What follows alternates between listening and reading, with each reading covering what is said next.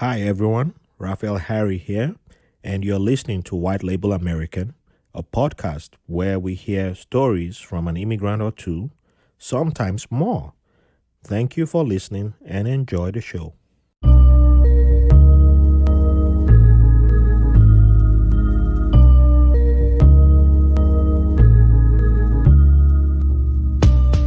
Welcome to another episode of White Label American. Thank you all for joining us today. Before we begin, I would like to thank my patrons and those who have been supporting this podcast. I appreciate you all and thank you for your long support and keep the love coming in. And to everyone listening, especially our new guys, you can always join us. We haven't gotten to where we want to be. We're still growing and we are an independent podcaster. So yeah, we need as much support as possible. We have a lot of things we would like to do in the future. And for those who are not where they are yet to join us on Patreon, we understand, times are hard and not everybody can give financially, but you can also support by subscribing, by liking and sharing the podcast on your social media feeds, share with your friends and, give us some publicity out there and most especially go give 5 stars and write a great review about the podcast on iTunes and other podcast platforms. It helps push us on the algorithm. And, we're competing with a lot of big names out there, so we don't have that money to compete with them. So your help is greatly appreciated. So with that being said, let's meet today's guest. I'm honored to have Laudelina Martinez. I said it right. You said it right. Okay. And she is the president of the New York Capital Region of the Hispanic Chamber of Commerce. She's an advocate. She's been named by the Hispanic Business Magazine 3 times as a top 100 influential. She's a commencement and keynote speaker, a national spokesperson on Latino and educational issues. And she is the owner and director of Martinez Gallery. And there's so much more to this woman who we'll be getting to meet today and to talk to that I can't fit it all in here, but let's just go with this for now. So welcome to the podcast. How are you doing today? I'm doing well. Thank you very much for inviting me to talk to you and to your listeners. I'm really pleased to be here, and I hope we have a good and fruitful conversation. I hope so too, and we're honored to have you. So let's go to the very beginning of Laudelina. You have a beautiful name. Where did that name originate from? Where's the beginning of Laudelina? Where was she born? Her place of birth. Well, I was born in Puerto Rico, and when I was growing up, I always had to spell my name because there were few people who were called Laudelina. But then when the internet came around and I entered my name in the internet, I realized there were lots of Laudelinas. Wow. It's actually a name that comes from the islands not far away from Spain. And it's a name that, was brought to Brazil, to Cuba, to Cape Verde, I believe. So when I looked through the name in the internet, I discovered that, there were Laudelinas for many, many years. In fact, there are a number of obituaries. And it's very strange to read, Laudelina Martinez has died. Wow. It's a very strange thing to see in the internet. I wouldn't even have thought about that. So, yeah. So, did you know the meaning of Laudelina? Well, itself, if you look at Latin, yes, it means to praise. Laude is to praise. Laude. Okay. And then Lina is sometimes used as the diminutive. It's little. It's a little praise. It's not a big praise. Okay. Just a little praise. Okay. So that's the meaning from Latin. I don't know, other languages, what the meaning might be. Oh. Okay. So the little praise, if we go by the Latin definition. So you were born in Puerto Rico. That Where in Puerto Rico? it used to be a city on its own, but it's part of San Juan, Rio Piedras. It's called. It's where the main University of Puerto Rico is, and so it it had its own history, but then it became um, sort of merged with the city of San Juan. Mm-hmm. So now, it has a kind of hybrid situation because it's connected with San Yes. Juan. One of the things that happened is that there wasn't a lot of money being allocated to that municipality. Oh. And if you were to go now, there's quite a great deal of blight, of urban blight in Rio Piedras, which is sad. Yeah. Sad to think of your town not being, as vibrant as it used to be when you were growing up. There's something, I live in upstate New York now, and there's something that you see in some of the upstate New York towns. There were many towns in New York State that were devoted to manufacturing. And when manufacturing was big in the United States, those towns were very burgeoning and, very affluent. And now there are many towns in upstate New York that really are not as well off as they used to be.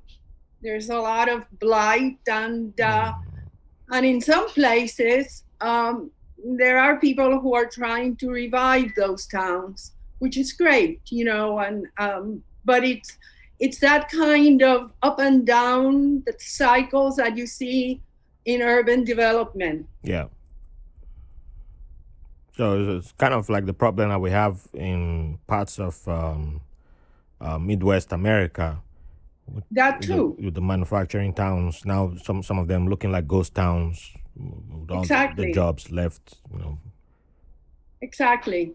Yeah. And so the whole idea of reinvention is so important, not just on a personal level, but then also in terms of towns. How do you become something else when what gave you your personality, your income is totally gone? And there's a lot in the United States that appears to be going through that kind of cycle. And some people are better at reinventing than other people. True. And I'm not talking about gentrifying, because there is an awful lot of gentrifying also being done in some places. And what happens is that people are displaced. Yeah. People who were there before, and they can no longer afford to be there. But I'm talking about reinvention. I don't know it so well, but there's a town called Kingston next to the Hudson River. And a number of people have decided that perhaps the arts might be the way to reinvent Kingston. Kingston is a very old town, so in one sense, who knows how many other times it was reinvented, Mm-hmm.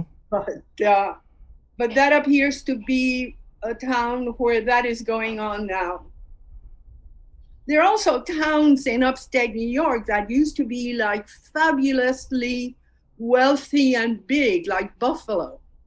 Yep. And then Buffalo lost a lot of population, but they still had a number of very outstanding things, such as institutions of higher education, a system of landscaping that was put together by somebody named Olmsted, who is a great architectural landscaper. All kinds of things like that, many fabulous buildings.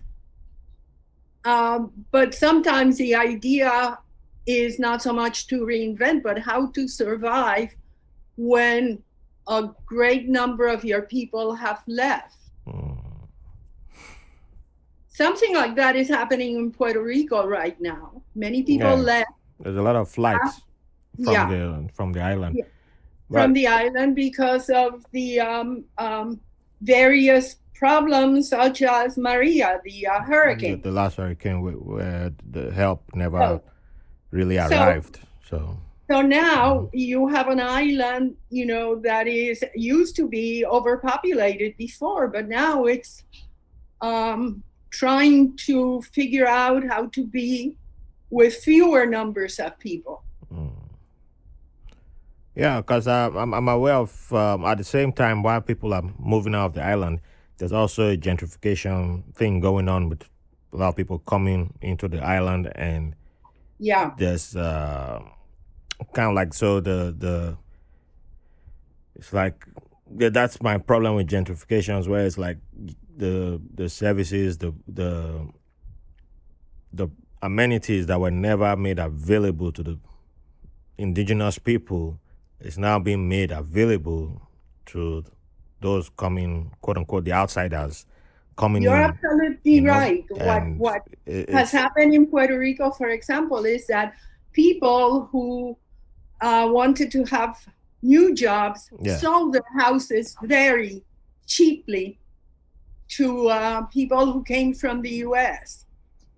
And so you have a certain kind of advantage being taken of individuals who are in need, and so now you have a whole new crowd of individuals from the United States who are in Puerto Rico because they don't have to pay federal taxes, because they are are finding very nice housing at very low cost, and so on and so forth. and there's a So lack of appreciation of what yeah, the people who've been there, you know, they appreciate their community and their environment. And if you just come in from outside, like, oh, I got it cheap, and you just jump in there, they're not really, that link is not really there. You know, you don't, except if yeah, you've that's it. The made, link is yeah, not there.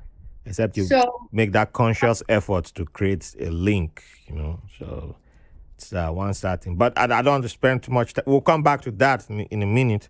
But um, how you spent your childhood also over most of your childhood over there?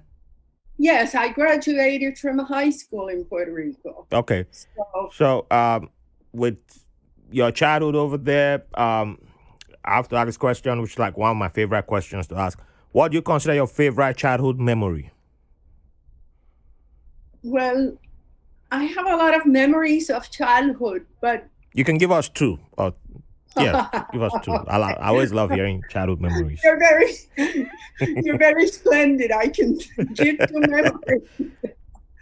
But one of the things that I love the most about the island, and it wasn't just during childhood, but later on, is the fact that we're an island and we're surrounded by incredible water. Mm. So going to Luquillo Beach as a kid and later on was something that I loved because it's a beautiful beach. And every day on my way home, sometimes I would take a bus that would take me through Old San Juan. And on the way to Old San Juan, you have a great vista of the ocean, the Atlantic Ocean, Mm-hmm. and the smell of the ocean, the waves coming in and out, that I never thought that I would be able to live without looking at that every day. But in fact, I live without looking at that every day. So it is, those are really terrific memories because the ocean has always felt to me as a, very deep and very compelling part of the environment. So those are, that's a major kind of uh, memory that I have. It's always interesting to hear people talk about their childhood memories, and no matter the generation of my guest, the there's always something about outdoors and nature always comes up. The majority of the childhood memories has to do with nature and them being outdoors, and it's something that I would love to give my daughter the opportunity to experience something like that. Being in Brooklyn, I'm not far from water, but I'm from the Riverine tribe. I was born into a Riverine tribe in Nigeria, but although I was inland, but there's always stories about myself, always having appreciation, always being drawn to water. And I was born in an inland city, but my family's tribe is from the Riverine area. So the way Nigeria works, you're not from where you were born. You're where your family is from. So um, it was like every time I saw a huge water body, I was always excited. I ran towards it as a kid. The stories I was told, and I just started jumping or smiling, or I just got happy every time I saw Yes, water. And yes. even one time, I don't know how old I was, but they said I got lost. They were visiting a village, and I got disappeared. And by the time they found me, the only way they found me was because some of the villagers came and were saying there's one kid who's like a city kid, but he's just standing by the river telling everybody, like, look at this big water. Look at this big water. It's so great. Look at this big water. And He how was so old were you excited. when you disappeared and you went by the water? I How just old? went and I think maybe they say I was 3 or 4, something like that. Wow. Yeah, between 3 and 5. Yeah, because I don't have any. I remember a lot of things, but I don't recall that ever happening. It's only a story that I've been told. So yeah, maybe I don't know, maybe between 2 and 5, something like that. But I was standing there just yelling with excitement. I look at water. This water is huge. This water is big, and I was just happy. And over the course of my life, I've always realized that if I wasn't somewhere that if I wasn't close to a big river or the ocean, yeah, there were times I was depressed. Like the period of my life where I was most depressed, I wasn't close to any water body. I don't know if Uh, that had a role to play in my life, but I was more inland at that period of my life. I was most depressed. That was the period where I dealt with the most depression in my life. But every time I'm close to a water body, like sometimes I can just go sit down close to a pond or a lake, and I'm just at peace. Just and feel yeah, good. yeah, I feel good. Yeah. So Yes. The thing about water also is that it changes with the weather. And of course, in the Caribbean, almost every day you have rain. yep. And during that period of time when it rains, it gets sometimes very dark. And, it looks almost like there is a storm. And then it changes. So the way you look at water changes all the time. True. And it's not only a visual thing, but then it's also that smell that the ocean has. That is, it's a very profound smell. It's the whale. It's very tactile as well. You don't have to be in the water to feel the air that comes through and touches you. And so there are many ways in which being in the water, close to water, looking at water is really a magnificent experience. Yes. And I was lucky enough that in my early teens, I began to do snorkeling with a friend. So we could see, a lot of what was underwater. And there are all of these terrific looking, I don't know the names of them, but terrific looking fish and creatures and, shells and so on that you see when you snorkel. It's another level of um, seeing the water and enjoying the water. Yeah, so you got more of an appreciation for the Yes, life within the water exactly. and the environment, because So that's really like my main and most wonderful set of memories as I was growing up. yes, The way that I saw the water and the way I interacted with it yes, a number of times. If I may add, one of the things that I remember that I discovered, I don't know, I must have been like 8 or 9 years old. I was eating a mango. Somebody gave me a mango when I was in the water, kind of going through the waves, and the mango got very salty with the water. And it was just a terrific taste to the mango, and of course, one of the great things is that you eat the mango and it's all over your face yeah, when you're a kid. But in the water, you can clean your face and you're ready to go. yeah. Yeah, You had the solution to it right there. It's right there. there's a song by the great fella, the great Nigerian legend, music legend, and Hmm. it's water. The title is water, and it says it's talking about you use water for everything. If you die, Uh you huh. use water to clean you. Water can kill you. Water brings you to life. Water brings life. Water can take your life. And water keeps you clean. Water can make you dirty, and water can do anything, everything. And that's Okay. it's literally in the song, and it says water is everything, and you can't fight water, and you shouldn't try to fight it. And it expands on that too within the song, but that's just making the song simple, because he sings also in Yoruba and mixes Yeah. it with English. But as a kid, the first time I heard that song, I used to be like, huh, what do you mean? And then you get older, you're like, wait a minute, if a child is born and they wipe the child, because he uses that as an example in the songs. They get water and you dip the cloth in water and you wipe the child. It's water you're using to wipe the child too. And when there's the dead body, yeah, and they also wipe the body too, to kind of wash it.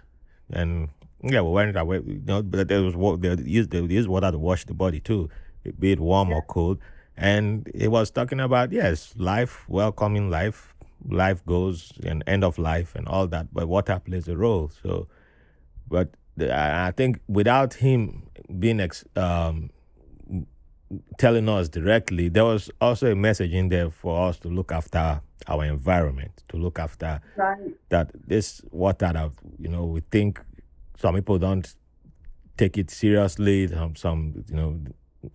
It's a major role. It's a major part of us. So we can't say we don't care, because Yeah. if we don't care, then it will only do what it has to do to make us care, and then it might be too late. Absolutely. And, people much older than I am, from other generations and so on, were really in touch with water and with other elements in nature, and were more careful about that. Hmm. Realize that, we rely so much on all of this to be able to keep alive. Oh yeah. Oh yeah. Oh yeah. So, moving forward, well, but still around a little bit from your childhood age, let's move into the teenage, to your teenage self. So, around that time, who were like the inspirations on your life, or who would you consider your first role models? Well, I was very lucky because I was um, someone who was interested in a variety of things. So I had a couple of really great teachers. I had some good teachers in school. I remember my literature teacher, Mrs. Cancio, uh, who introduced me to a lot of good Spanish and Puerto Rican literature. I remember also my librarian, who would allow me to go into the library when the library was closed. And so I had a privilege that not many children had, and not many of the high school students had. I could go, I would knock on the door of the library at the school, and she would see me and she would come open the door, and I would go in, and I would, spend my lunch hour or whatever at the library. So these were women who really became models. I also had a piano teacher. I took piano as a youngster, and she had been a young woman who had been seen as someone who might follow a concert career, but she gave that up. She ended up having a few children, and then also giving classes to children and young people. And she was really terrific. Doña Elisa was her name, Doña Elisa. And she was the daughter of a very noted composer in the island. By the time, I met her, she was an older woman, and her father had been dead for many, many years. But his name was Tavares. So Doña Elisa Tavares was a real kind of important teacher for me, not just in terms of piano, but also because I learned a number of things about myself. I learned about strengths that I had and also weaknesses that I had. One of the things that I discovered as someone who would go on recitals once a year was that I did not like playing in front of people. I really felt very uncomfortable, very nervous. And even though in the privacy of my house and in the privacy of her house, I could do very nicely. Yes. The minute there was somebody in watching me or listening to me, I would shake. So that was actually a very interesting thing to learn, to kind of come to grips with the fact that I did not like performing for people in that kind of way. So so those are basically, and when I think of it, they were mostly women whom I felt were great models for me. I obviously had a couple of male teachers, but the women seemed to connect with me, and I seemed to connect with them at a kind of unspoken level, So that's some of the memories that I have of the people who influenced me when I was growing. So I would like to zero back to the piano teacher. Yes. So when she noticed that you weren't comfortable playing in front of others, she worked with you on. She accepted that. No, she wanted me to. She would say, this. There's no reason for you to be nervous. This. I was the one who realized that this was a very big barrier for me, because there were a number of things that did not seem like barriers at all. Yeah. I remember once that I played at one of the recitals, and when I went to the piano, she always had like 10 children of different ages who would go to play in the recitals. And when it came my turn to do my piece, she walked over with me and she put her hand on my shoulder, which actually sort of calmed me down a little bit. But I realized, that there had been perhaps a thought that I might go to a conservatory, but I realized I'm never going to be a performer. Yeah. This is going to be too much. Mm. And the amazing thing, Raphael, is that I was involved then in debating. I was in debating club, and I also went and I participated in oratorical contests, and I was very comfortable talking to an audience, and sort of going um, uh, kind of face to face with a debater. So to this day, I'm a little puzzled by that, although I have some ideas of about what it might be, and that is that I obviously feel more comfortable talking. Mm. Hey, that's a good it's a good thing that you were able to come to the realization, and even at that moment you still had someone whose way of teaching wasn't let me put it this way. I came from a background that it was very I'll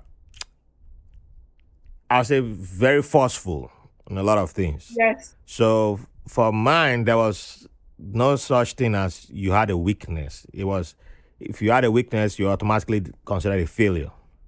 So there were a lot of things that I just ruled myself out of doing because the language of failure had already been ascribed to me. Or you take the beating, because Yeah. well, why can't you do this? Your mates are doing it. Look how the other kids are doing it. Kids younger than you are doing it. Why can't you do it? And they say that to you 2, 3 times, and it gets to a stage you're like, why should I even bother trying to do it? Or I don't even need to figure out if I can do it or if I want to do it. I don't care anymore because you don't realize that you are saying that to yourself. But now I'm looking back, I'm like, yeah, there were probably times I just said that to myself. I can take this beating. It looks cool to take the beating anyway. And so you start developing a tolerance for the beating, and you take the beating, and then like I'm the cool boy. Yeah, I'm a cool kid for taking the beatings, and you like why bother trying? You don't need to try if you can get beat, and then you move on. And that's how a whole bunch of us started avoiding certain things, and without realizing that there were other ways that we could have been taught, because all the certain group of teachers who we had at that period were all, you either do this, if you can't do it, then we'll beat you, and you're a failure, and if you're a failure, then you take the beatings.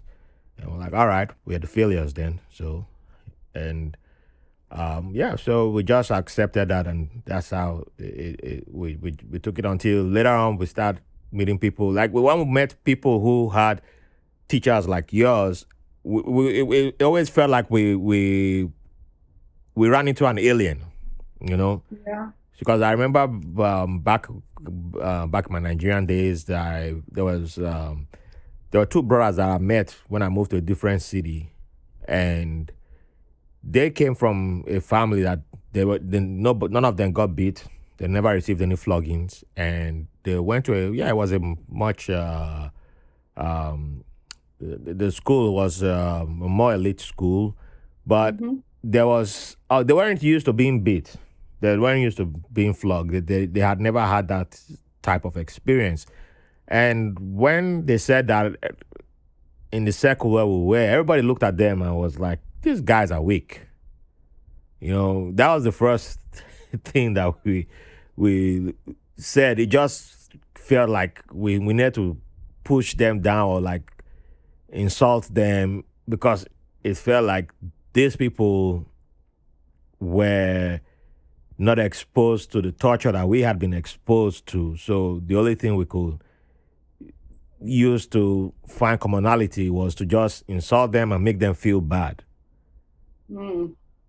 without realizing that they were the ones who were lucky enough to get the right people, the way teaching should be done, the way a teacher should show compassion, the way a teacher should show empathy for the students. You understand that you're teaching human beings, and there's going to be different reactions. There's going to be different ways of receipt of the teachings and all that. They were the ones who got to experience that, and so even with time, the older I got, even when I came across teachers who were different, teachers who were more willing to put in time and effort, that wall had been set up where it was like either I get it the first time. If I don't get it, then the failure, I expect the beating. And it's just like, I'm not gonna beat you, but I want to work with you. I'm like, why? you know, I was like, why? why are you making all this effort? But it's a kind of culturally, I think sometimes there are these shortcuts Mm-hmm. where people think that, okay, this is not coming along the way that I think it should be going, with my student or with my child or with this person that I'm taking care of. So here, whack in the face or in the head, and and it's a very lazy way of interacting with children. Indeed. The first time that I taught, I had the opportunity to teach at a Montessori school. And so I began reading about Montessori and learning about Montessori from the very experienced teachers who were in that school, who taught me about Montessori philosophy and so on. And it's something that I have adopted, and that is the idea that we are naturally learners. We want to learn. Yes. We all learn differently, but we all want to learn, and we all want to feel good when we learn. True. And so the important thing is to organize things so that one can learn, so that if you're teaching someone, you are providing the opportunity for them to learn, to catch on, Oh yeah. to and it's it's kind of like a very it's a very important thing to be teaching someone something, whatever it may be, because you are, in effect, either facilitating that learning or you are just being in the middle. You're just making it worse for that person. And when one doesn't learn, one doesn't feel good about oneself. One thinks, is there something bad with me? There's something wrong? So it's not only that you don't allow the student to learn, but you're also allowing all kinds of doubts Yeah. to go in that student. Because it's like playing with clay. Yes, You're molding it. This is jumping forward a little bit, but this is you're molding a creature, yes, and if you aren't careful, you molding it in the wrong way. yeah, Because there are so many doubts that I had about myself. In fact, I didn't even consider it doubt. I just took it as, yeah, this is a trait. This is who I am. And when I will join the Navy and decide to start taking college classes, I will try my hardest to avoid certain subjects. And it was just out of luck. Well, it was by chance that when I got deployed to the Middle East and I decided to sign up for classes, it was the last day, so I didn't have the opportunity to pick classes. The hmm, registrar at the Navy College was just like, these are the classes that are available. They have already started. They're, right now, you sign up for this and you can go to class right now. From here, just go straight. And I was like, what classes? And she said chemistry, Arabic, and mathematics. I was like, don't you have anything else? But she's like, you'll be fine. You'll be able to pass this. I was like, I don't think I'll be able to pass this because I don't think I've ever been able to pass chemistry and mathematics in my life. And I ended up getting A's in those two, and it felt like, wait, I'm almost 30 and I'm getting an A in chemistry and yeah, mathematics, but I've been failing those in my life. But how come? And okay, maybe I can try the next classes. And then it started changing for me. That was the first time in my life that, because I was already already prepared my withdrawal. I'm not going to go to school anymore. This is it. I'll just fail these classes and that's it. But after 1 week in the class, it changed. And after that, I went on, and that's how I end up being able to get my degrees.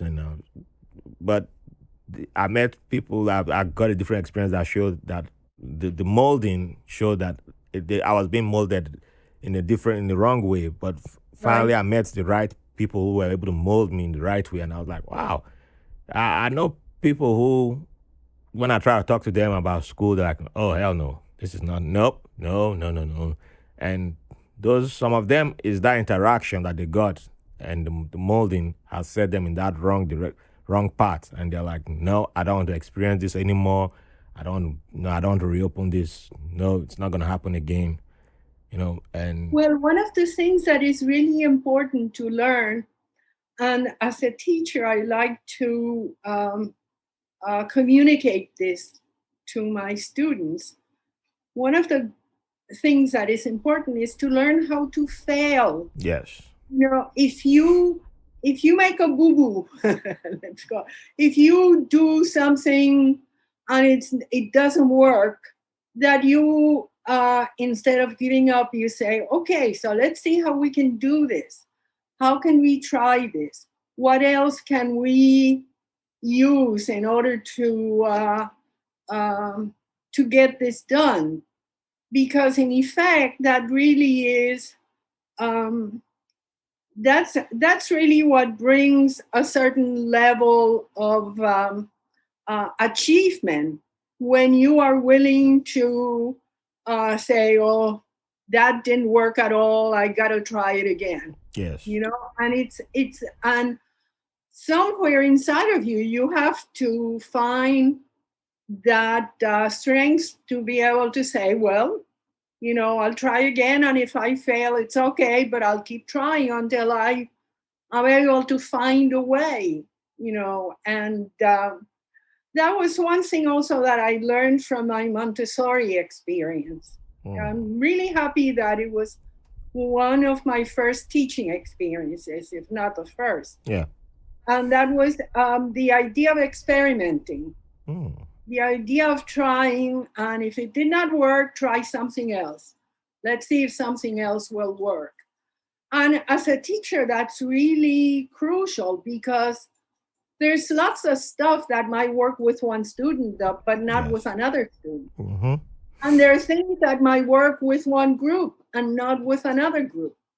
So you have to be flexible enough to say, how do I try this? How do I get over this? How do I present this in a way that will be helpful?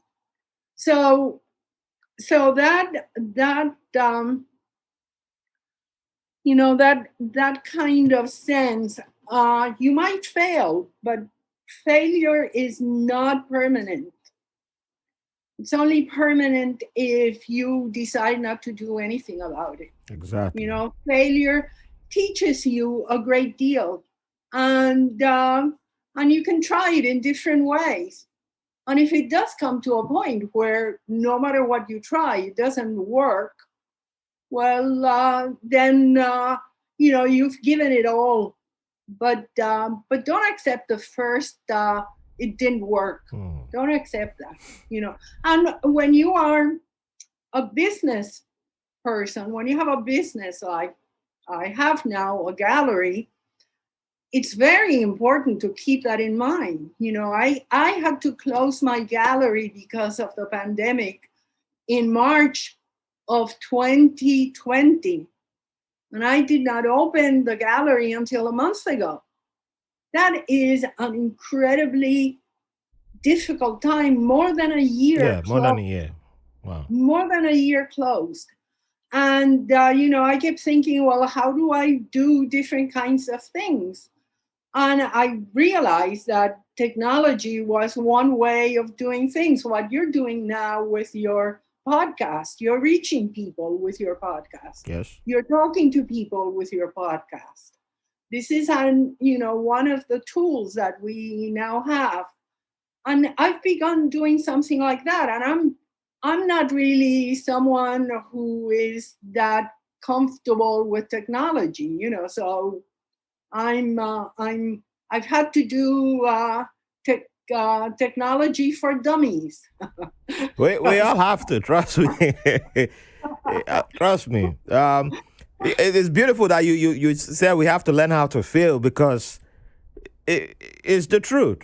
You know, the thing is, growing up, it was, I think a lot of messaging I got was, if you don't get it right, that's it. You have to go start do something brand new, or you can't try again. It's like, failure wasn't an option. Failure Mm, was, it was like a taboo if you failed. Like people laughed at you, and it was right, all that. And the way the stories were told about so many people who found success just seemed to be like they never failed at anything in their life. It was just arranged that way until later on when I came to this awareness that just because I failed once, even twice or three times, doesn't mean the end of the world. exactly. And then I started to realize that even the people who had been packaged in front of me, like, look at this person made it at this age, this person and this, and I was like, that person failed a lot of times.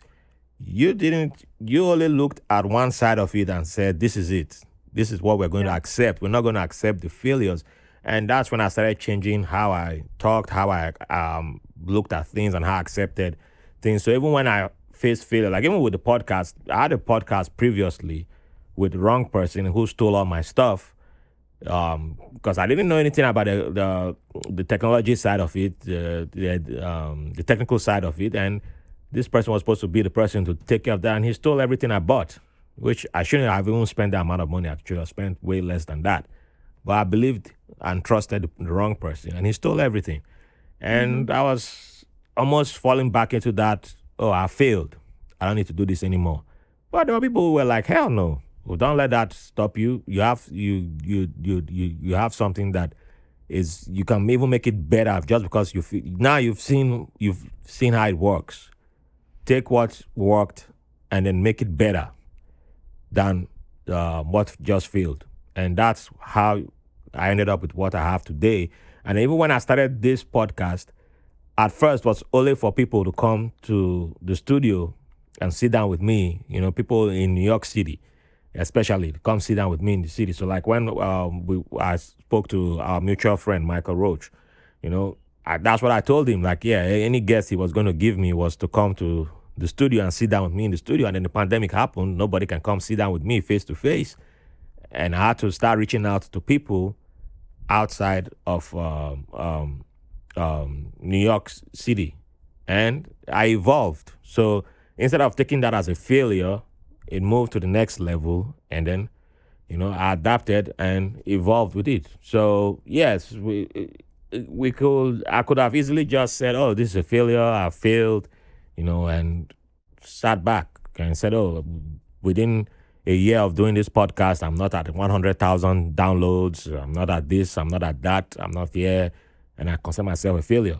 But there are other people who said, "Oh, I'm so proud of you. I'm happy. I met you. I'm looking. You're my role model. Without you, I wouldn't be able to start my own podcast." And it's amazing. I don't consider myself anybody in the podcasting space, but there are people who I haven't met them face to face, but just from messages I've received, they say I'm the one who, they look up to me, and I'm like, wow. I can't. I might. If I'm judging myself, but on the wrong barometers, then I'm a failure. Yeah. But I'm not. I'm not even close to that. I am nowhere Well, close to that. So, it's yes. important to be able to uh, kind of see where things are and what um, you might want to do. When I opened my gallery 20 years ago, I had all kinds of plans to develop. I had a business plan, and I also had a plan to collaborate with some corporations to Hmm. sell them art and so on and so forth. And I opened in April, and in September we had 9/11. Wow. And when 9/11 took place, it was not only in New York City where the towers came down Yep. and people lost jobs and so on, but it was throughout the Northeast and in upstate New York. People were not going out. Mm-hmm. People were afraid that something was going to happen. I mean, it was really, it was almost like a COVID, an Yeah. early COVID. And so I had to say, oh my God, I've got all these plans, but it looks like I'm not going to be able to put them into action. I'm going to have to work things differently. And so, I that's one of the things that I did. One of the questions was, do I close the gallery now and then just kind of forget about it, or do I try to maintain this effort and learn from what is going on? Because there was nothing that told me this is what's going to happen. There was no kind of indication that people were going to start going out, to people were going to start buying again. Yeah. You So couldn't tell when the recovery was going to happen. So yeah, exactly, yeah. exactly. So um, you I had to think in terms. Okay, let's observe. Let's wait. Let's redesign my plans. Let's try other things. And so when you talk about your first podcast and then the second one, it's the same thing. Something happened unexpected, something that sort of threw a wrench in your plans and so on, and so you have to figure out, okay, how do I do what I want to do? Yes. What comes next? And there's a great deal of learning that comes out of that, but also there's a great deal sometimes of doing things in a better way than you thought they may have been done. That's true. That's true. Because if I just stuck to only the first model, I don't think I won't be able to talk to you today, except if I'd come upstate. So Ah, so but by listening to a suggestion about, hey, why just would you sit down, wait until the pandemic's over, or why don't you take the next step? Because at first I was even more afraid of, oh, what if I call people and then the connection is not clear? And I was looking for every reason not to even take that step, because that mindset's already there. Like, I already have one thing I'm comfortable with. Why go a little bit further? But right. but I'm glad I took that step, because I wouldn't be here today talking to you, and Well, I'm glad you did. We're Okay. having a great conversation. Oh yeah. So before we move forward, I just have to take a short break, and we'll be right back. Hi everyone, your host Raphael Harry here.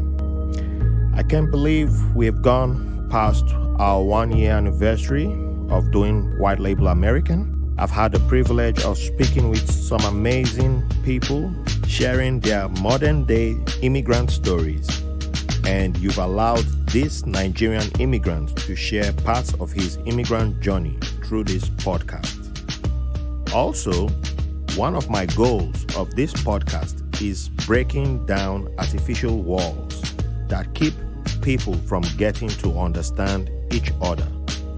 Based on your wonderful feedback over the last year, I think we have done a decent job in breaking down some of those walls. We would like to continue and expand on this mission, but we need your help. I've had an amazing time creating and producing episodes for this show, largely on my own. We have a lot of ideas for new and exciting content to expand upon the mission, but we need direct support from you, our listeners, which is why we have created a White Label American Patreon page where you can make a one-time donation or become a sustaining contributor, where you can get access to exclusive content, help me interview upcoming guests by submitting questions, and even have the chance to sit down with me for a one-on-one conversation, either virtually or in studio. So if this podcast means something to you, and if you really love this show, think about becoming a sustaining contributor and donating by going to patreon.com/whitelabelamericanpod. Thanks for listening and for the privilege of your company. So welcome back, and we shall continue this great conversation that we are having. So we've already brought up the gallery. So let's dive into the art world. But before we're still going to come back to the gallery. But before we do that, in my younger, I still consider myself young. Depending on who's asking, I'll say 21. We are all young. Yes, But let's say young adult days, approaching young adult. If you ask me about art, I'll be like, what? That's for only rich people. What do I need the art for? Like now, and it's another thing that I blame on colonialism, because my pre-teens was in Benin City, which is one of the ancient cities in present-day Nigeria, and it's one city that has contributed a lot to art. And when Britain invaded Benin City, I've forgotten how many hundreds of years ago, a lot of artifacts were stolen, which they're still in conversation now about finally reparating back. But there's so much historical context to Benin City when it comes to the art world. The bronze art works. There's a particular area of Benin City, which I know that area. But while I was schooling in that same city, from my primary into secondary school days, which is like into junior high school and junior and senior and high school, it was kind of looked down upon by us, because we're like, hell no, I'm going to go to university, I'll get a degree. Why would I go work there? This is something that,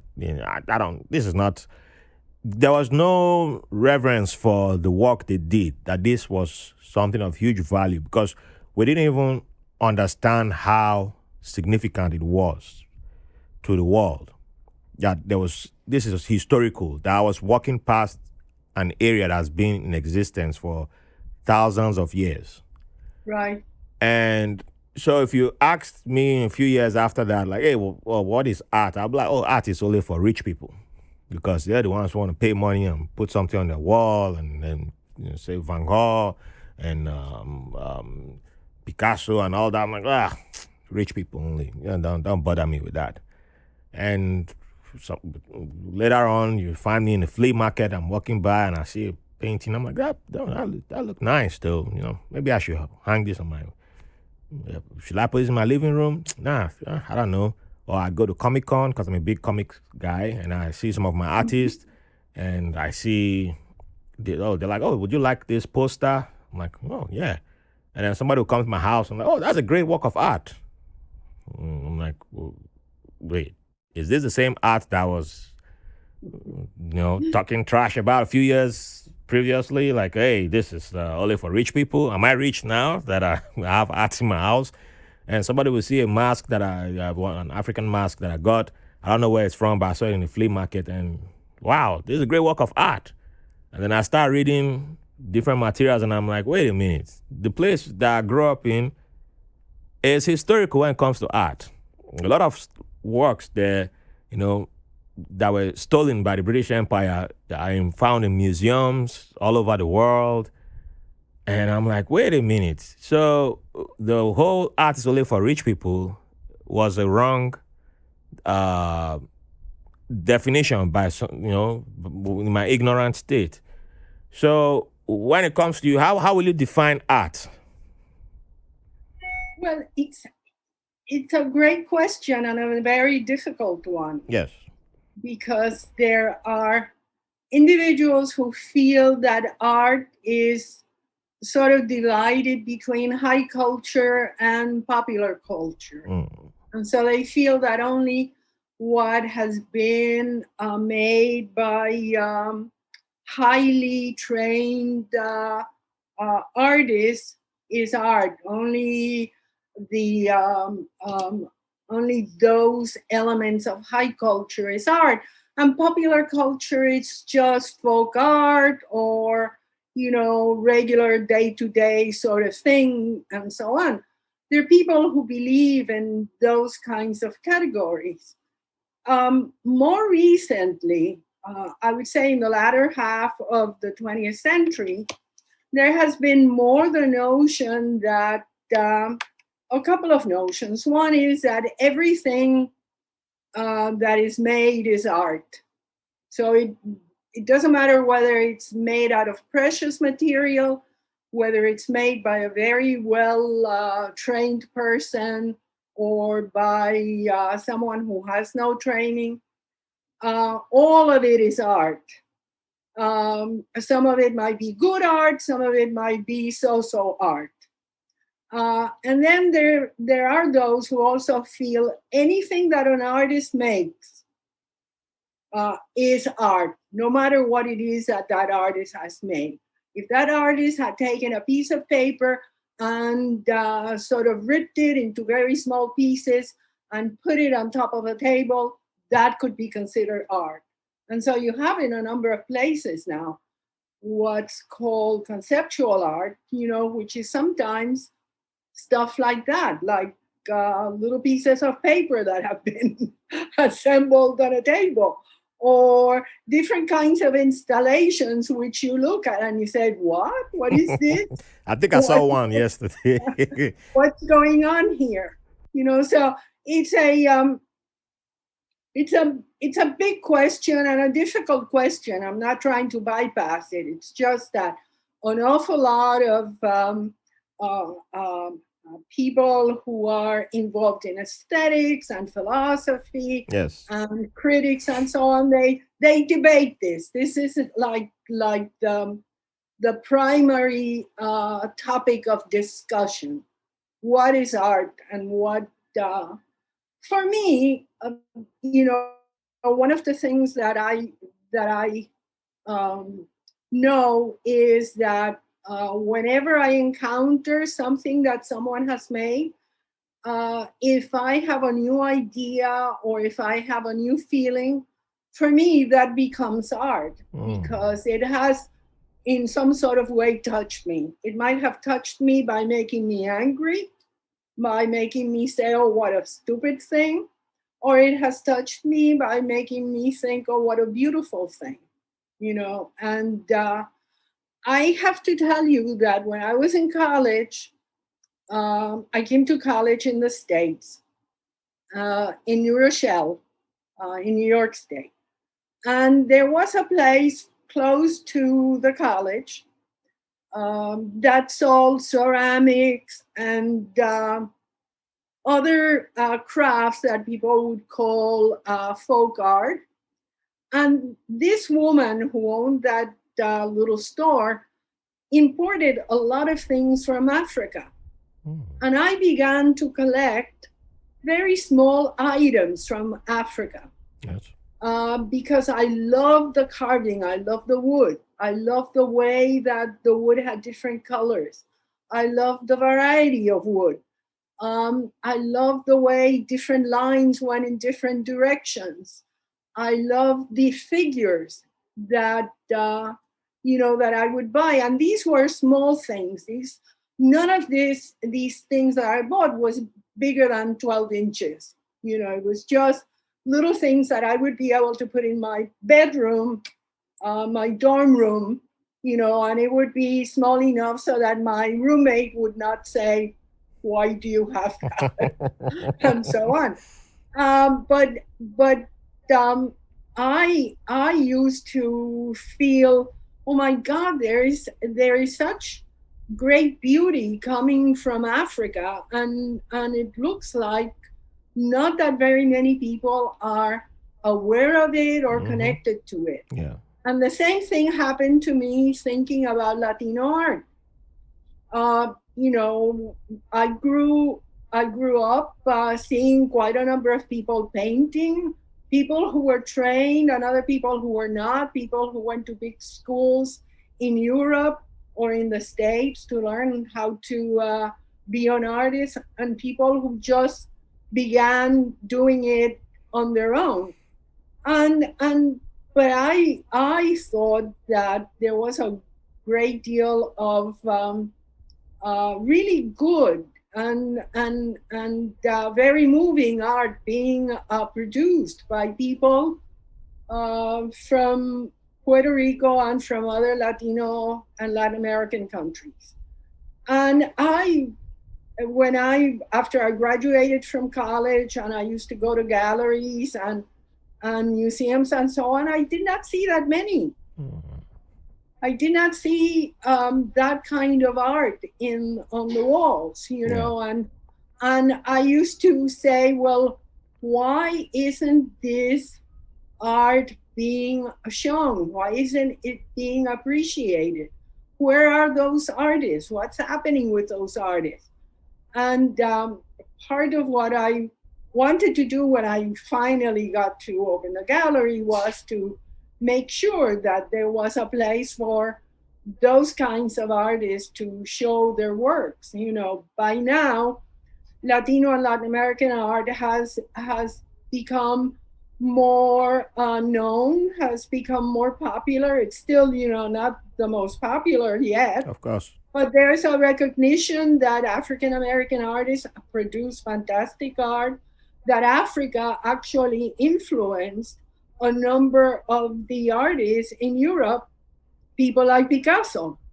And the that we kind of get used to seeing things in particular ways, and it is important to expand what we see, Yeah. because by expanding what we see and what we interact with, we're kind of expanding our own sensitivity, True. you know, our own range of emotions and so on. So I don't feel that art is um, only for the rich. I think that there are all kinds of ways in which you can live with art. You can bring Oh art, yes. Oh you yeah. know, and one of the things that I try to do is to make sure that art is accessible. I mean, I have a business, I'm selling art, but I want to make sure that I'm able to sell art that is accessible in terms of price. Mm. That it's not beyond a number of people, um, and and that in some kind of way, those who come to the gallery or to any show that I've put together, Yeah. that those people have an experience, that they have an emotional connection in some way to what is being shown. And the emotional connection could be, what is that? Mm. you know, like puzzled. What? Because, for example, when you do abstract things, some people say, what was the artist thinking about when they did that? I can't quite figure out what's being shown there. Yeah. And that is, that's a reaction, and that's a connection that an artist is making with someone who's never seen abstract art. Or it could be, oh, that is wonderful, that's beautiful, I love it, I would love to have it. That's also another kind of connection that one can have. But I feel like I kind of went around Oh no, and no, no. around. It's beautiful. I love when you said, your definition of your own personal definition of art being having a feeling after encountering a work by an artist. or a work of art that you come across, because when I apply that to myself, it's true. I can relate to that. I think that works for me too, because Yeah. I do have every piece of art that I have at home is something that I had a reaction to and a positive reaction to, or something that I was curious about, and then I engaged with the artist. And if I liked what I heard, like even sometimes I look at the art and I'm like, I'm not even sure about this at first, and then I engage with the artist who made this. What's this about? Or why is this like this? Why is this shaped like that? And then, oh, okay, I like what I heard, and I might not even be as drawn to the artwork, but just from talking to the artist, I pick it up, and sometimes I do that. So, yeah, that's how I've gotten a few works of art at home, and I long evolved from the mentality that art is only for the rich, because I think that another reason for why I had that mindset was because all the when it came to like paintings, especially anything that had to do with paintings, it was only white artists, especially like white Europeans, that we were shown. And it was never, we're never told, we never saw black artists. We never even knew that Latinos did same thing too. It was just like only white men. We weren't even aware that women did paintings too, or had those drawings and all that. It just seemed like only white people did it. And with white people, then you start associating money. And Right. so little by little, you start looking like, I'm not in that bracket. I'm not in this. This is not for me. And you start, withdrawing yourself away. But the moment you start seeing that, wait, it's not just one group of people only. The artists everywhere, for every corner of earth, there's people involved. You find painters in every single country, no matter what type of government they have. There are people who are into artwork. There are people into art. There are people into paintings. There are people into drawings. There are people into every type of art, the sculpture, name it. You find it, and you start your interpretation starts changing, because you're like, wait, everybody can, you should be able to access that information. Everybody should be able to access that knowledge. But when it's only one type of picture that's being presented, like, oh, these people, this is the best, this is the type, this is the all that you need, this is the only good stuff. It only comes from here, and then it's a programming that, unfortunately, a lot of us within my circle were having at one point in time, and we just went with it. So I didn't even realize that there were galleries in Nigeria, until I became an adult. Yeah, then I'll hear of a gallery. Oh, is this brand new? And then you hear that, oh, this gallery has been around for over 20 years. Like, what? What? But you don't hear about stuff like that during your formative years in school, because it's like, I don't know if they're ashamed of it, or that's why I blame it all on colonialism, because it's just only the British Empire type of thing is just been uplifted, and that's the ultimate thing that you always keep seeing. And you're like, but you have great stuff too around you. And if you don't value that, how would you even know that there are artists in other places that maybe a child might be more inspired by an artist from Puerto Rico, but you don't even know about Puerto Rico existing. So you're like, oh, okay, I don't like this thing I'm seeing from Europe, so maybe this is not for me exactly. And then maybe down the line, and you now find out that, wait, there are artists from here who did the type of art that you were more in line with, or there are artists from India, or there are artists from Vietnam, or it doesn't matter. But that's why representation is important and diversity is important. Yeah. Well, one of the things that I think one begins to see is a way, as the world, as we're more aware that the world is very global, Yes. that there are people moving not only in person but with ideas. you begin to see much more in what people produce. Mm-hmm. I show an artist. I began showing him in 2002. He had just arrived from Cuba a few years before that. And his name is Alexis Mendoza. And Alexis is an abstract painter. But, and his work is really exquisite. His work is really masterful. But I did not realize to what degree um, his work incorporated a number of things because um, he follows certain African religions Yeah. from Yoruba. Europe. I was about to And, mention that. Yeah. and so one time he's explaining to me the various colors that he's using on the canvas. And he's explaining not only the colors, but he's explaining the kind of sequence that he goes in applying those colors because it has religious references. Yes. And he explained, it was like an unbelievable thing because I realized not only he was trained at the university in Cuba, he's also been trained in the States, but there's also all of this um, information and culture that he's bringing from his African ancestors that he melds into the paintings that he does. And so the beauty of his paintings is that once you know all of that, it's like even deeper. It's a deeper appreciation because you realize how he is connecting all of these different kinds of things on a piece that he's doing.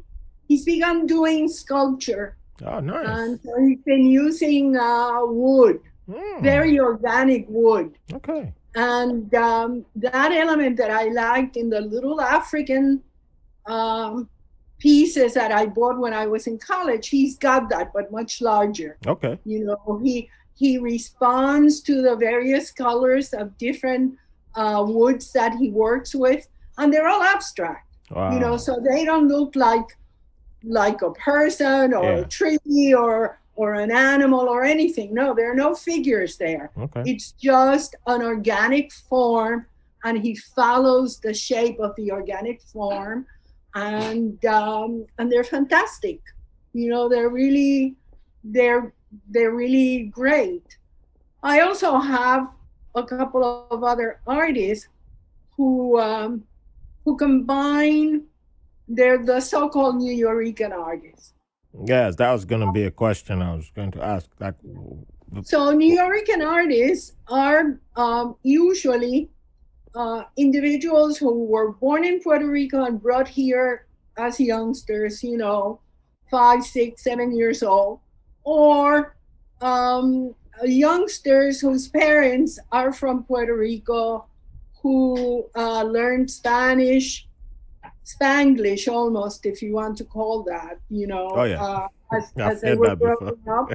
Yeah, who learned how to enjoy certain kinds of food, even though they were not born in the island. So in the 1960s, 70s, that moniker was applied to these artists. And they were not just visual artists, but also poets and dramatists and musicians. So in the Lower East Side in particular, there was a kind of movement of artists of that, who identify with their Puerto Rican culture.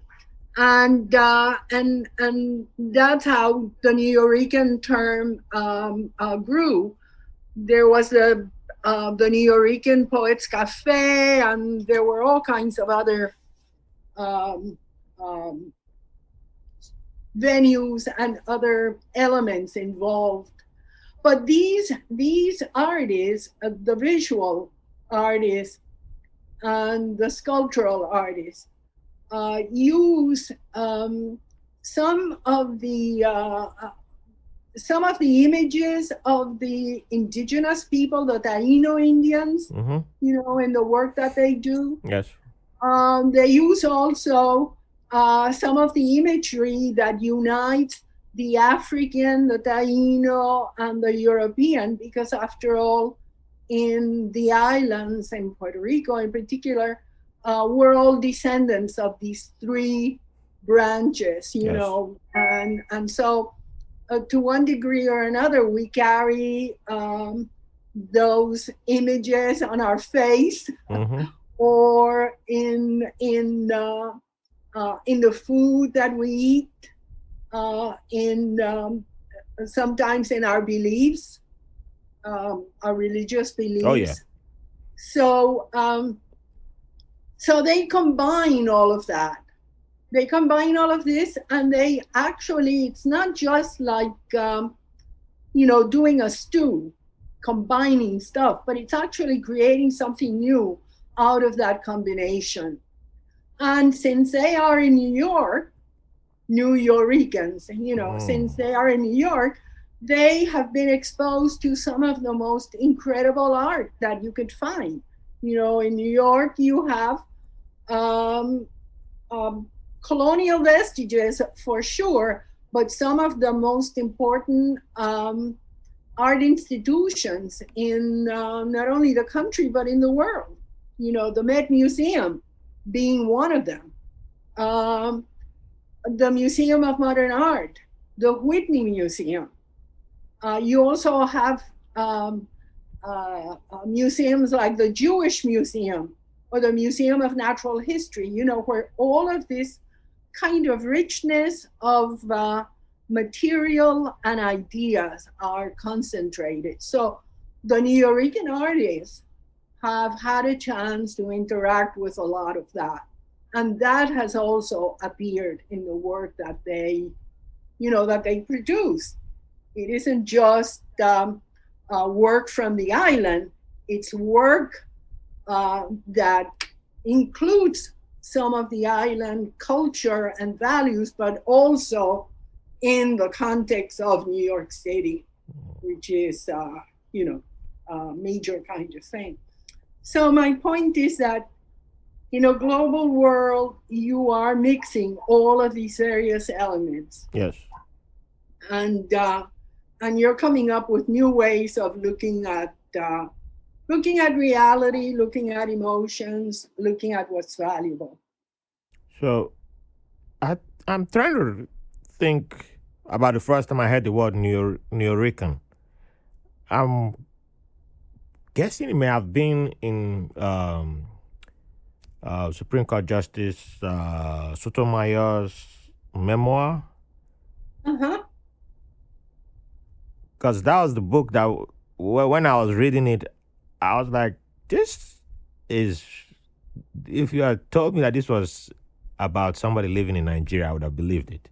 If you had just switched location from the Bronx to Nigeria when she was talking about the Bronx in the 70s, the use of the lanterns and all that, we did all that. That was like a common thing in the 90s for me. And I was like, wow, this was, we don't have that image of America from the movies that we watched. And it was the whole experience that she went through. I think Nuyorican was mentioned in that book.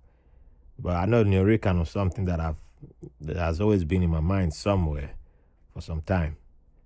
So I think it was Sotomayor's memoir. That's where I first came across that word. But yeah, it's It is something that you find, particularly in a certain generation of people of Puerto Rican descent.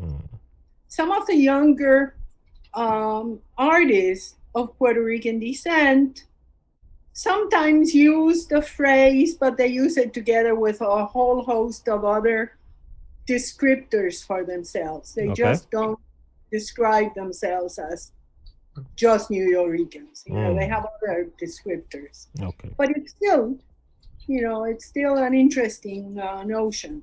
Oh yeah. So one last question on your gallery. what led you to officially open the gallery, and what led, how did you come about the name? Why did you choose that name? My name, my gallery's name is Martinez. Yes, So I know. Did you think of did you try to go with a different name or? no, one of the things about selling art, and I knew that I was going to be selling art. Mm-hmm. I wasn't just going to do a nonprofit Okay. that would just show art for the sake of showing art. I think that there are many artists who want to sell their works. They want their works to go to other residences, to offices, to other places. They want other people to be interacting with their art. And the way to do that is to sell it. So I knew that it is important when you have uh, um, a business like an art gallery that you use your name to stand behind what it is that you're offering.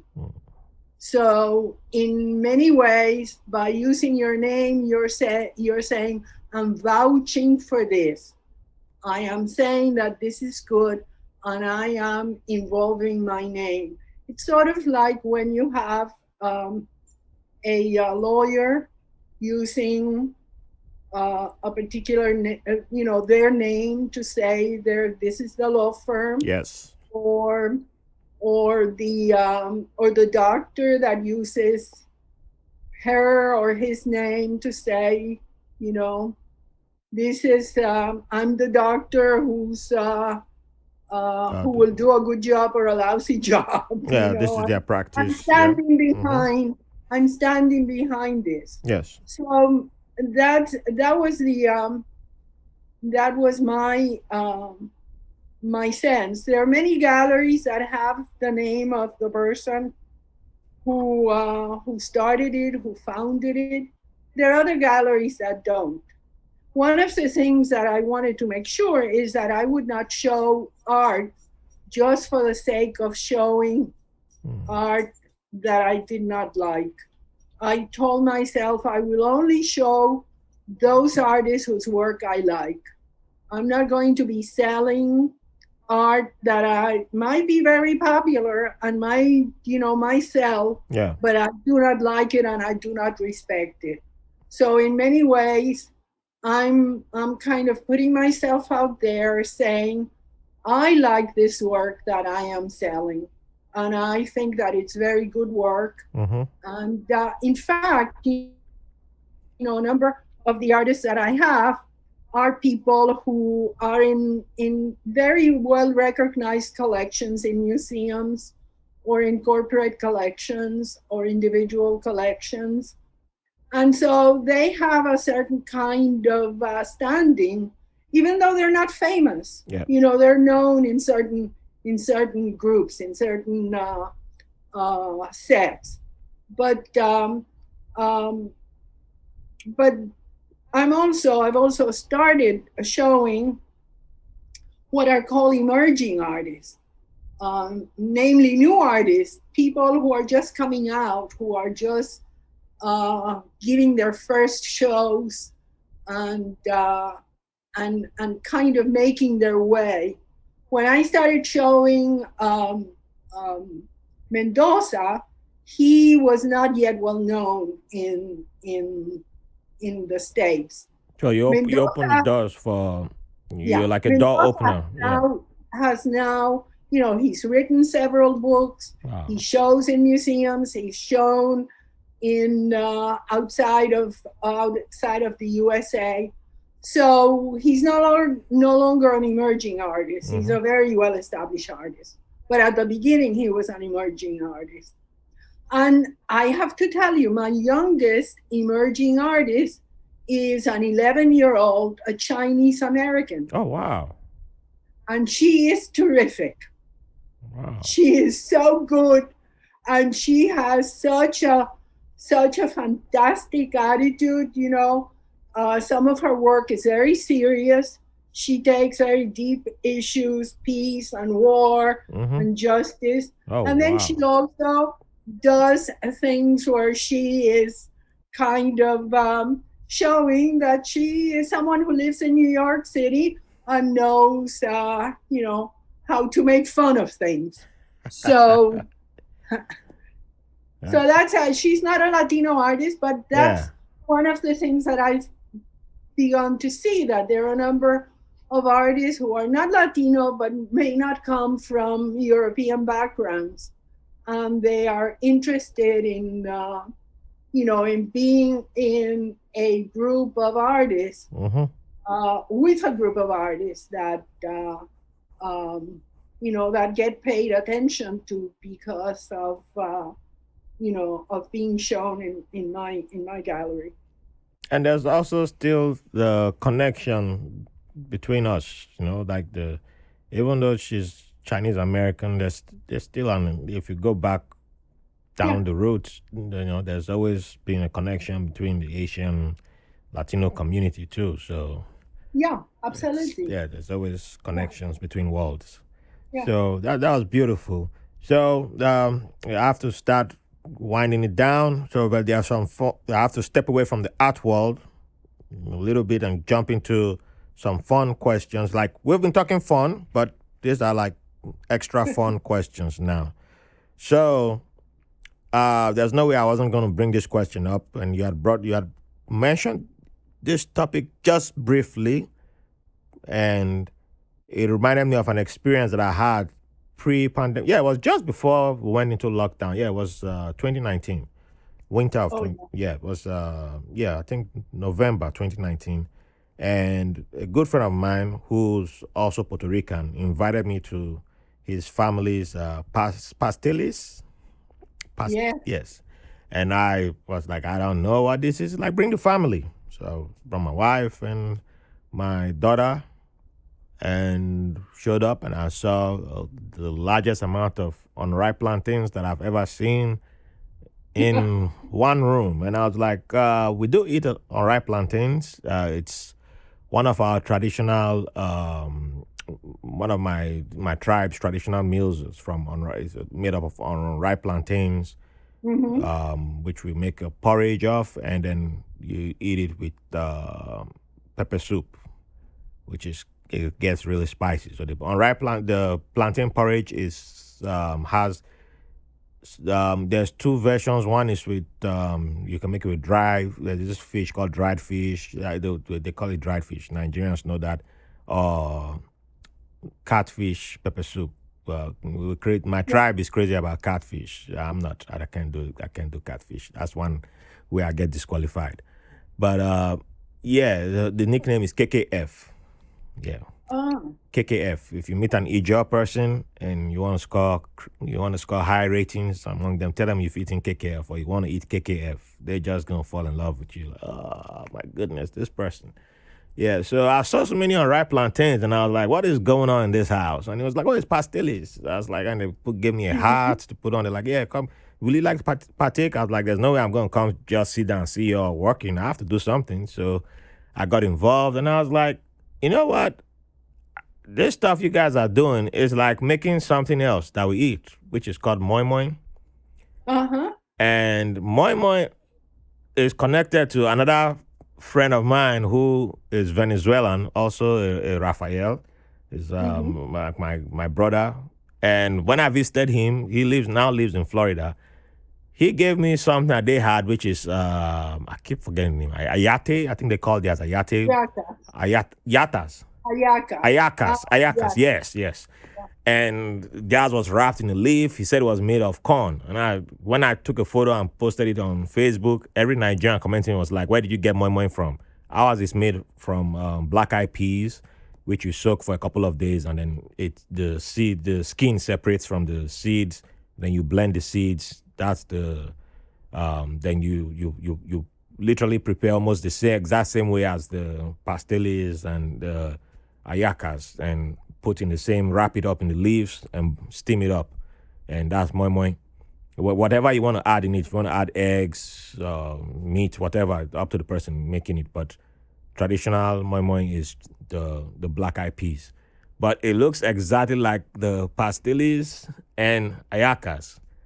And when I took photos I sent again, it was the same thing. Nigerians were arguing with me, like, you don't know what moi moi is anymore. You've been in America for too long. Like, you don't know. I'm like, dude, I'm the one who ate it. It's not moi moi. I prepared it and I know what it was. But people in Puerto Rico have some that they prepare almost like we prepare moi moi, but they use plantains, which is different from what we have. And I'm like, if there was a doubt that we had connection to Africa in Puerto Rico, I think now there's no more doubt anymore. I'm 100% on board. Like, this is, yeah, there's connections here. There's connections in Venezuela. There's connections in Caribbean. There's connections everywhere. Yeah, we can throw away that doubt, throw it out the window.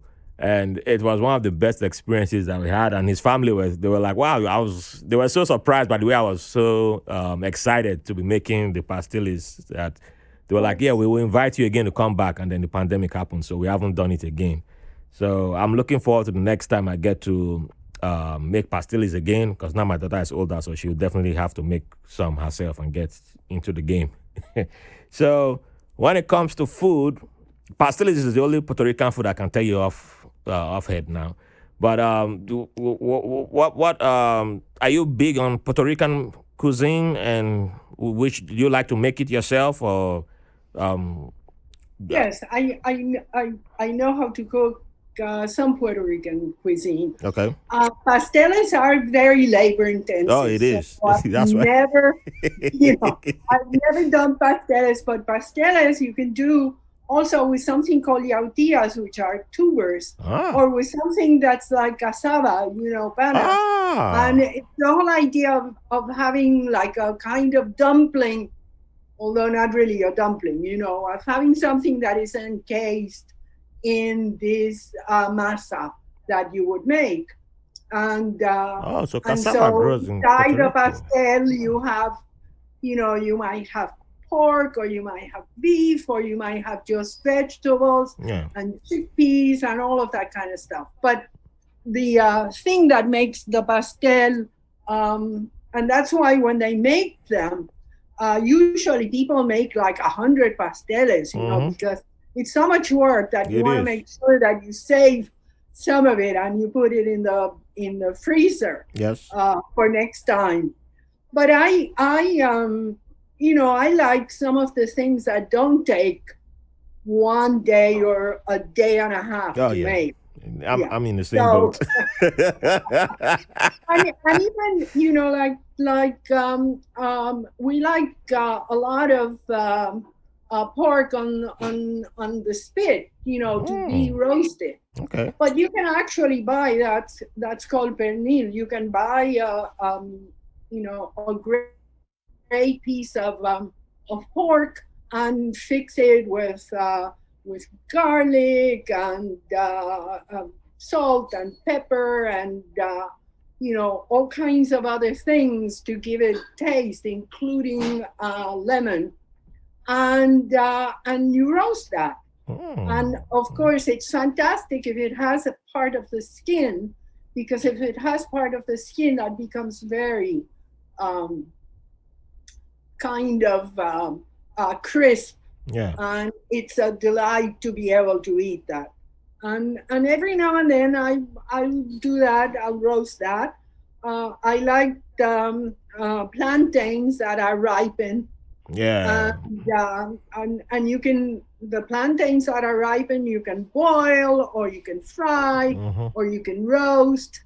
And sometimes when you roast them, you can put cheese over the roasted plantain, or you can put a lot of butter over the roasted plantain. Oh, with butter. They are terrific. They're terrific. I grew up actually having plantains almost every day in some particular way. And when the plantains are not ripened, you can make a toston, which is you fry the plantain and then you softly squish it so that it becomes really nice and large, and then you refry it. And you put lots of salt, sea salt on tostones. Is that and mojito or rum and coke or any other kind of drink is or or just lemonade. Wow. It's a terrific thing to have. Uh, That sounds really yeah, yummy. it's fantastic. The other thing that I enjoy a lot is chicken and rice, Mm, arroz con pollo. And chicken and rice can be done in 100 different that's ways true. because you can put tomatoes on the rice, or you can just do saffron on the rice.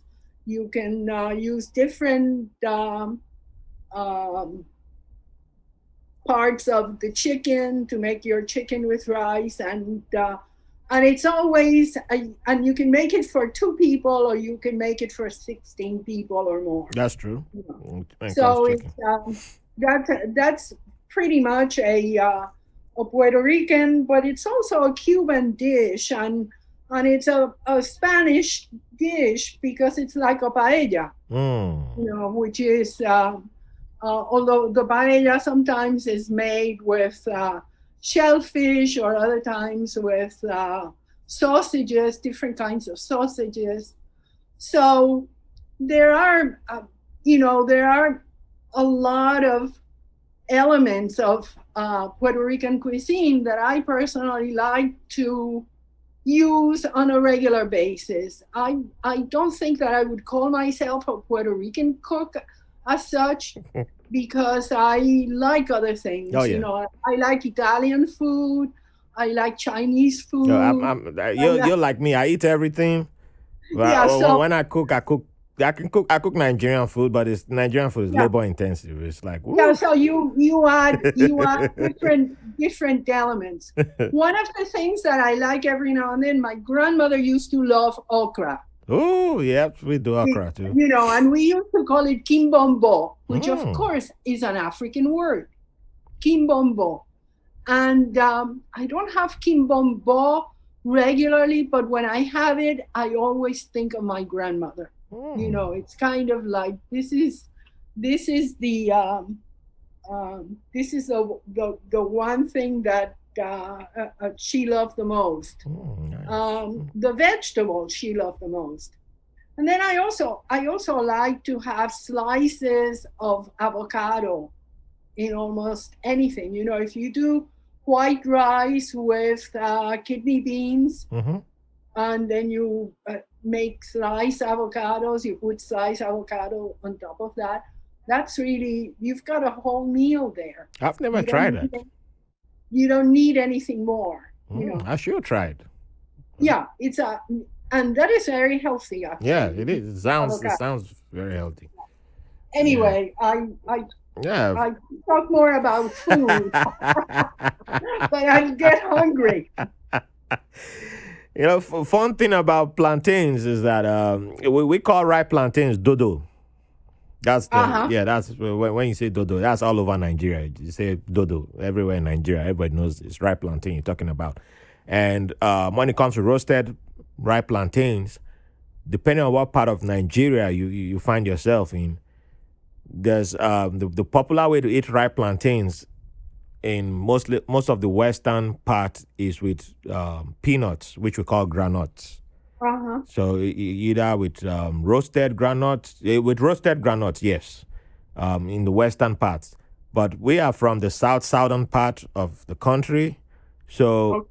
um, we tend to prefer with roasted fish, and they, Uh, they add some palm oil. They sprinkle palm oil, like while the plantain is, and the fish, they roast them together, and then put in an old newspaper, slice it together, and then sprinkle some palm oil. Back then, it used to be palm oil in old newspapers. So they both soak together in the paper, and then you get that's what you buy on the streets, and then they hand it over to so you. is your food very spicy, very hot? It tends to be on the spicy side, but I know now people have, they've realized that people have tastes that not everybody can handle spicy, so Uh huh. you're allowed to have the choice of because they used to be you can add they can slice peppers and onions and all that and Uh-huh. garnish it also, but yeah, some places it's just only the plantain and the fish you get by itself. Other places like my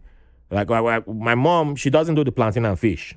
She never used to, so I didn't realize I got that from her. I'm more of the plantain and granite person, and when I'll go home, people will, if you went and bought me plantain and fish, I'll be trying to pick the fish out because they don't fillet the fish, so the bones and everything is still Also, the in there. bones are Yeah, in it. Yeah. yeah. So Well,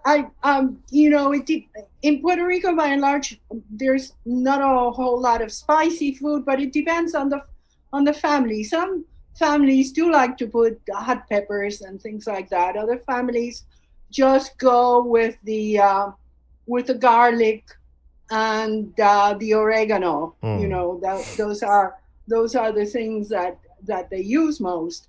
Um, there is, you mentioned cod, dry cod, and dry cod is something that especially the older generation used to love to do.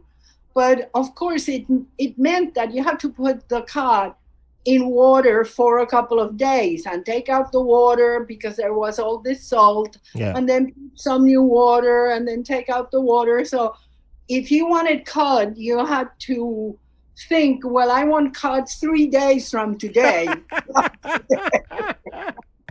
because you had to get rid of all of that salt, and Oh then yeah. it would be made in something that would be like a kind of fricassee, tomato with some peppers and actually even onions and olives and other kinds of things, capers and Yeah. so on. And you would have that with a lot of the tubers, the Wow. yautías, the Mm-hmm. cassava, the yams, and you would put all of that on top of those vegetables. That my father used to love. Mm. That was something from his generation, and they used to love to do that. And it was very much like a country dish, that as well as certain kinds of fish would be fried, but they would fillet them after they were fried. Yeah. But the fact is that, sometimes it was very difficult to get rid of all the uh, The bones. uh, the Yeah. bones, and so you ended up having to be very careful. As a child, they would tell you, be careful, be careful. Yeah. That was, Nobody tells you to be careful in Nigeria. It's like you figure you know when the bone pricks you, like you're like yep. that's right. That's You right. figured it out. Do you go fishing by any chance in Brooklyn? I haven't. I do come from a tribe of lots of fishermen, but fishing is one thing I'm not Uh-huh. good at. Yeah. I need to. Yeah, I need to get into fishing. I should try it more often, No. but I've never I see really. lots of young people fishing, which is really, I've never really gone fishing. And I Neither have rather I. go, I like to go to the fishmonger and select my fish Yeah, I there. do that too. I'm not the But guy who's gonna go catch fish to. No. I exactly. can't do that. Nope. No. Uh, oh, this has been a fun conversation. I could go on and on, but I have to start wrapping up because really appreciate you giving me your time. But to final question to end this. Well, before I get to final, just one quick answer for this question before the final question. If I needed you to one musician that will keep you dancing for 1 hour, who would that be? Ooh, that's interesting. A musician that would keep me dancing for an hour. I haven't danced for an hour in a long Okay, 30 time. minutes. No, but actually, there's a new documentary that's coming out. It's not new, but Okay. they finally are releasing it. They show African rumba, Mm. or African salsa. I'm sorry. It's by a Canadian, Oh. and it was advertised recently, and the music was so incredible. Obviously, salsa is something that can keep you, going and going and going. But I'm not doing too much salsa or too much, bachata or that sort of thing anymore. I have some difficulties moving sometimes. So, but I do love I love boleros. I love rumba. I love the. Sometimes I see these videos from the early 1940s, Cubans who were in those big bands in the 1940s. They joined the American big bands, and some of the sounds are just incredible. I like listening to jazz a lot. Okay, so So one favorite jazz artist then, because you can still yeah, move to jazz. well, sometimes I was listening to a Thelonious Monk recently, That's a good one. and it's very how would I say, brainy in one sense Yeah. when you listen to him. But I also like some of the singers like Ella and oh my God, my favorite one is actually not Ella, but I saw her in New York City a couple of times at Carnegie Hall. Oh, and I'm forgetting her name. This is awful. But anyway, I love to listen to them singing and sometimes swinging with them. So I have a very broad sense of music that I enjoy. Uh, and anyway, I think music So is that was music is my. that was I think just like food, I enjoy music from everywhere, and I always encourage people to enjoy music yeah. from I everywhere. do want to leave my website. Oh, Is there yeah, you will get something? to that. You will get to that. Okay. Yeah. Okay. Great. So, the final question: what would you like to leave the audience with? It could be a line from a work of art that inspired you, or it could be a line from a book that you've read, or it could be a line from, something you're writing. Anything you would like to leave the audience with. Well, I have on a wall in the gallery. I have this line: "Live with beauty, by art." Live with beauty by Yes, art. by art. Live with it. Mm. I mean, and if there are a number of artists who do what are called assemblages, which means that they collect stuff and then they put it together and they make a work. So sometimes when I've walked, I might find a really interesting stone Yes. and that looks really terrific. Or I might find actually a piece of metal that fell off a car or whatever, Mm-hmm. and it has an interesting shape. Oh, yes, I understand now. Yes. Yeah, so I might take that and bring it with me. Sometimes there is a piece of wood. You can be at the beach, or you could just be walking, and there's an interesting piece of wood that you find, Mm. and you might take it with you. Um, there are times when you can have some art that you find. It doesn't have to be art that you buy. Yes. Of course, when you are at the beach, there are seashells and sometimes glass that has color that people collect. All of those things are great. There are different kinds of fruits that dry out, and in a walk, even in your neighborhood, you might see the fruit on the ground dried, Mm-hmm. and that, if you put on a windowsill, can be a really nice thing to look at for a while. I mean, Mm. it's there's a lot of stuff that we could say is art-like. Yep. And why not? Why not enjoy it? So I do say live with beauty, buy art, but you could also live with beauty, look for beauty around you. Hmm. Look for beauty around you. I love both of them. I love both of them. Thank you so much, Laudelina, for sharing your time with us today.